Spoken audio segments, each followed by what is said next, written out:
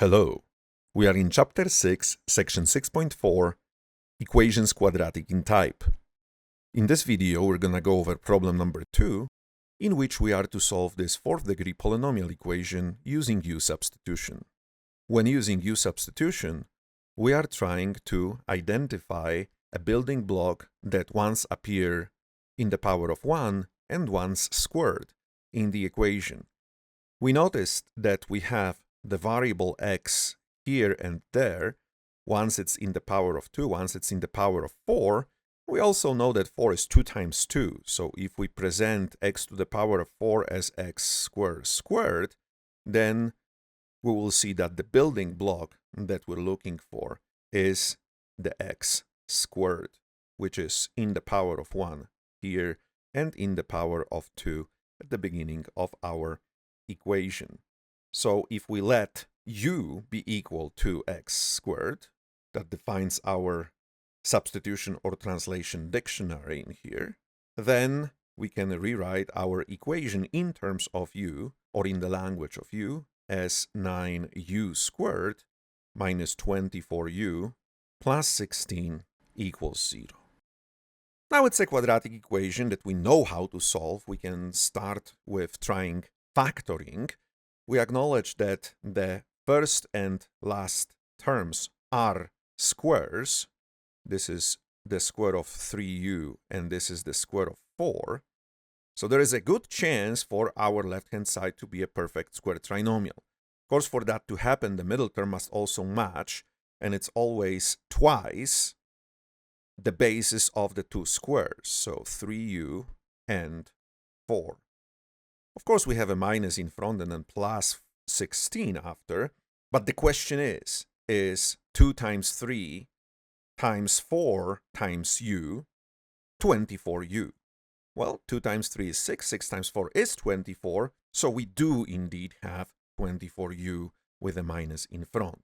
So we do have a perfect square trinomial in here that factors accordingly as 3u minus 4, the quantity squared, equals 0. And using the square root principle, if the square of 3u minus 4 is equal to 0, then 3u minus 4 itself is plus or minus the square root of 0. Well, but plus or minus the square root of 0 is just 0. So we just get this single linear equation that we solve for u by first adding 4 to both sides to get 3u equals 4, and then dividing both sides by 3 to get u equals 4/3. Just one u solution, but remember this is the solution in the language of u, so we have to translate it back into the language of x. So we use our dictionary back and we replace u in here with what it is in terms of x, and it is x squared. So we really have x squared equals 4/3. Now it's just a matter of solving that equation for x. So if x squared is equal to 4/3, we'll be using our square root principle again. Then x itself is equal to plus or minus the square root of 4/3. Now it's just a matter of simplifying our radical expression. We first split it into the square root of the numerator and denominator. So it's gonna be plus or minus the square root of 4 over the square root of 3. The square root of 4 is just 2, but we don't want to leave irrationality in the denominator, so we get plus or minus 2 divided by the square root of 3. And to rationalize that denominator, which has a single radical factor, we multiply in enough of those radical factors to get the power equal to the index of that radical factor. That index in the square root, of course, is 2, so we need 2 of them altogether. We have 1, so we need just 1 more. So we multiply in 1 square root of 3 to both the denominator and numerator, obviously to keep the balance in our fraction, and that gives us plus or minus 2 times the square root of 3 divided by 3. This cannot be simplified any further.